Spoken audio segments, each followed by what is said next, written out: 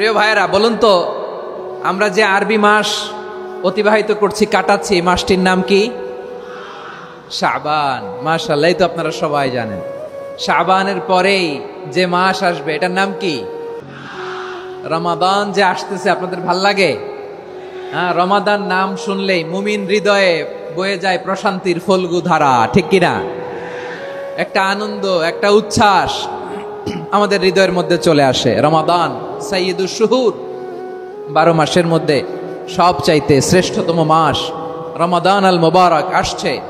আত্মশুদ্ধির মাস, আত্মসংশোধনের মাস, শুদ্ধাচারের মাস, নিজেকে আলোকিত করবার মাস, ঠিক কিনা বলেন?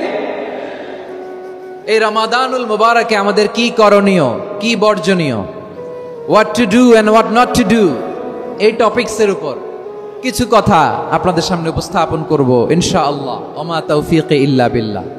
আমার প্রিয় ভাইয়েরা, আমি আমার খুতবার শুরুতে সূরা বাকারার 185 নম্বর আয়াত তেলাওয়াত করেছি, যেখানে আল্লাহ তাআলা কোন মাসে কোরআন আল কারীমকে, মহাবিশ্বের মহাবিশ্বয় কোরআন আল কারীমকে এই পৃথিবীতে নাজিল করেছেন সেটা আমাদেরকে জানিয়েছেন। আল্লাহ তাআলা ইরশাদ করছেন, শাহরু রমাদান আল্লাযী উনজিলা ফীহিল কুরআনু হুদাল লিন্নাস ওয়া বাইয়িনাতিম মিনাল হুদা ওয়াল ফুরকান। আল্লাহ বলেন, রমাদান এমন একটা মাস যে মাসে কোরআন নাজিল করা হয়েছে।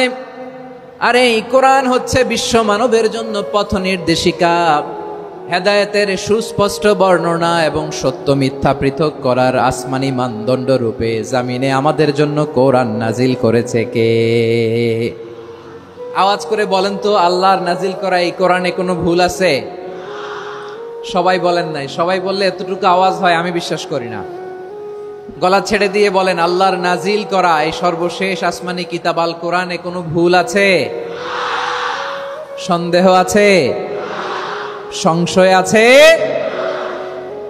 বিয়ন্ডলেস, বাউন্ডলেস, বটমলেস, এমন কিতাব যেটা পড়ে গবেষণা করে এর তথ্য, উপাত্ত, ইনফরমেশন, লেসন নিয়ে শেষ করা যায় না। সুবহানাল্লাহ।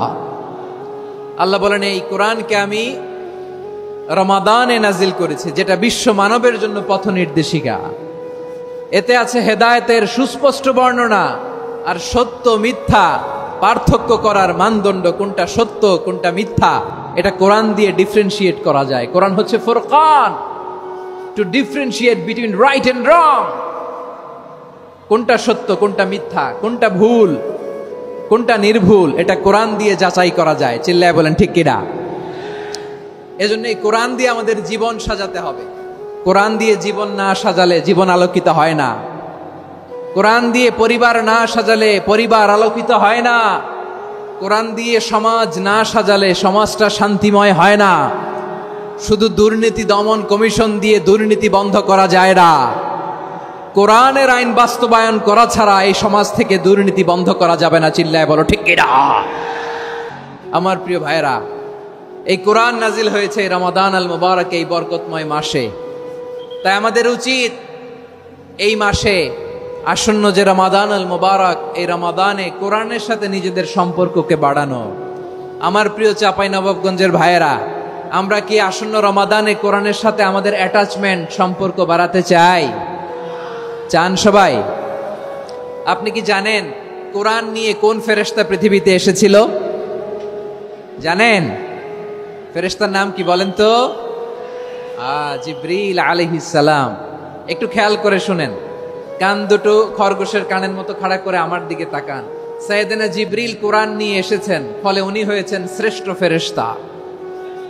বিশ্ব নবীর উপর কোরআন নাজিল হয়েছে, তাই তিনি হয়েছেন শ্রেষ্ঠ নবী। রমাদানে কোরআন নাজিল হয়েছে, তাই রমাদান হয়েছে শ্রেষ্ঠ মাস। কদরের রাতে কোরআন নাজিল হয়েছে, তাই কদর হয়েছে শ্রেষ্ঠ রাত। আমরাও যদি কোরআনের সাথে সম্পর্ক বাড়াই, আমাদের মর্যাদাও এরকম, আমাদেরকেও শ্রেষ্ঠ মানুষ বানায় দিবে কে? এজন্য কোরআনের সাথে সম্পর্ক বাড়াইতে রাজি আছেন তো? যারাই কোরআনের সাথে সম্পর্ক বাড়ায় এদের মর্যাদা বাড়ায় দেয় কে? দেখবেন আমাদের হাফেজে কোরআন, তারা ইন্টারন্যাশনাল কোরআন কম্পিটিশনে যে গোটা বিশ্বকে পেছনে ফেলে প্রথম পুরস্কার নিয়ে আসে।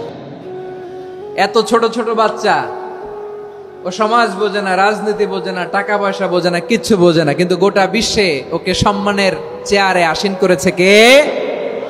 এই কোরআনের সাথে লাগলে আল্লাহ তাআলা সম্মান বাড়িয়ে দেয়। আমার প্রিয় ভাইয়েরা, আসুন আমরা আলোচনার শুরুতেই শপথ নেই যে আসন্ন রমাদানে আমরা কোরআনের সাথে নিজেদের সম্পর্ককে মজবুত করব ইনশাআল্লাহ। সবাই বলুন ইনশাআল্লাহ। শাবান মাস আসলে, রজব মাস আসলে সাহাবারা কি করতেন আসুন আমরা দেখি কিভাবে তারা রমাদানকে ওয়েলকাম জানাতেন।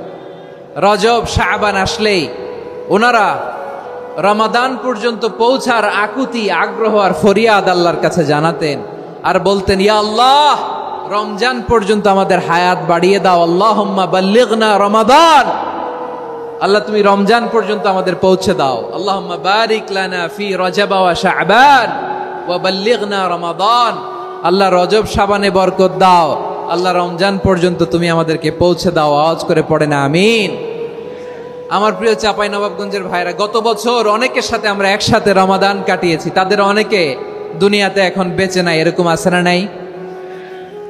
এই যে আরো 7 দিন বাকি রমাদান আসতে, এই 7 দিন পর্যন্ত আমরা রমাদান পাবো, কোনো গ্যারান্টি আছে? আচ্ছা, এই বছর যদি খুশনসিব হয় আমাদের, আমরা যদি পাই, আগামী বছরও যে রমাদান আমরা পাবো, কোনো গ্যারান্টি আছে?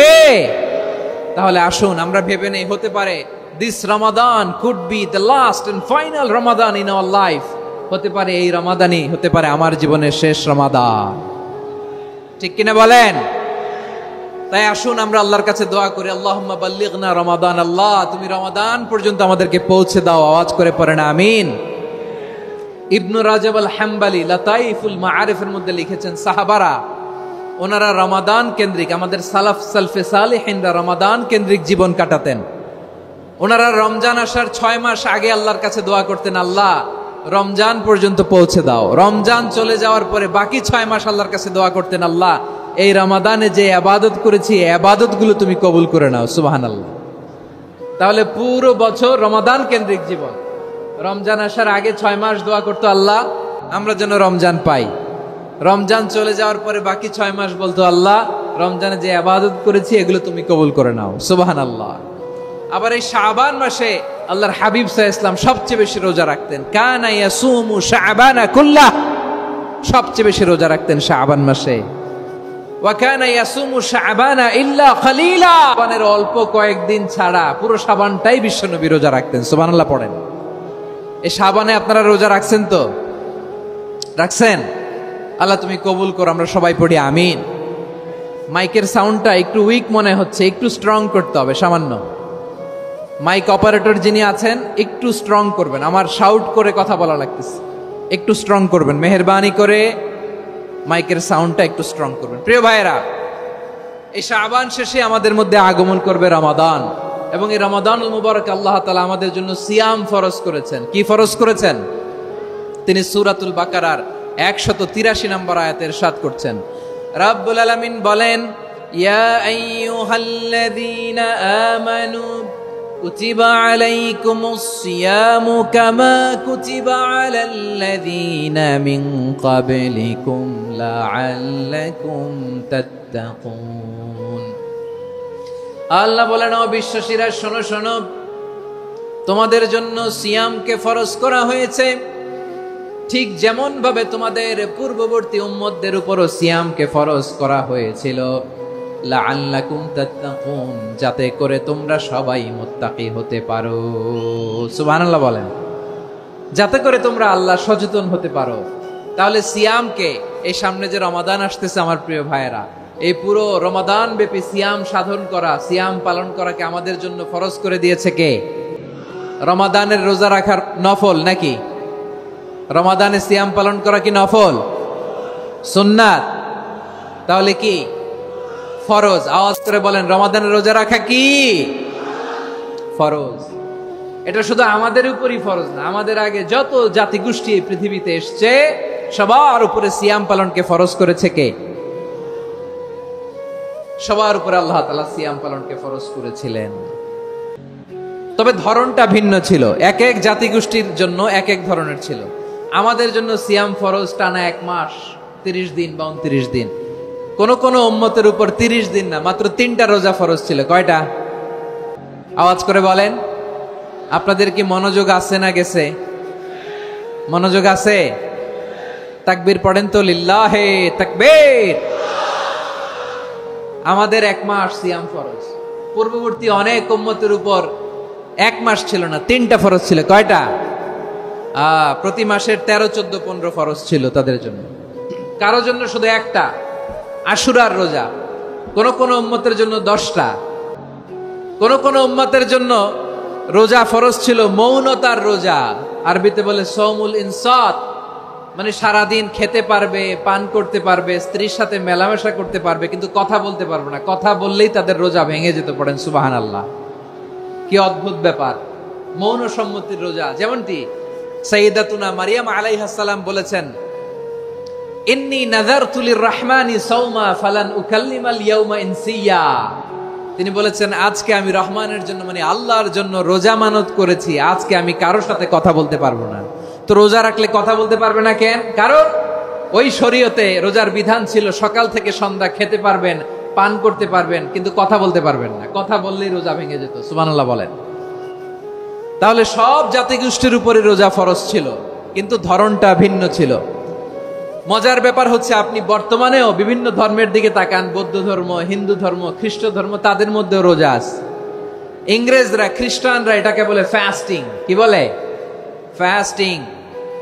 আমাদের হিন্দু ভাইয়েরা বলে উপবাস। তারা কি বলে? উপবাস। আবার এখন আন্দোলনেরও একটা মাধ্যম হয়েছে এটা, না খেয়ে থাকা। এটারে বলে অনশন।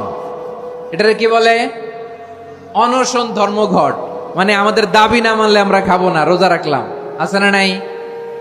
তারপরে আধুনিক বিজ্ঞান এটার একটা নাম দিয়েছে না খেয়ে থাকাকে, অটোফিজি। কি বলে? অটোফিজি। জাপানের এক চিকিৎসা বিজ্ঞানী এই অটোফিজির উপর গবেষণা করে সে নোবেল পেয়েছে। সুবহানাল্লাহ পড়বেন না? এজন্য আল্লাহ তাআলা আমাদের জন্য গোটা রমাদানে এই সিয়ামকে ফরজ করে দিয়েছেন। আওয়াজ করে বলেন আল্লাহু আকবার।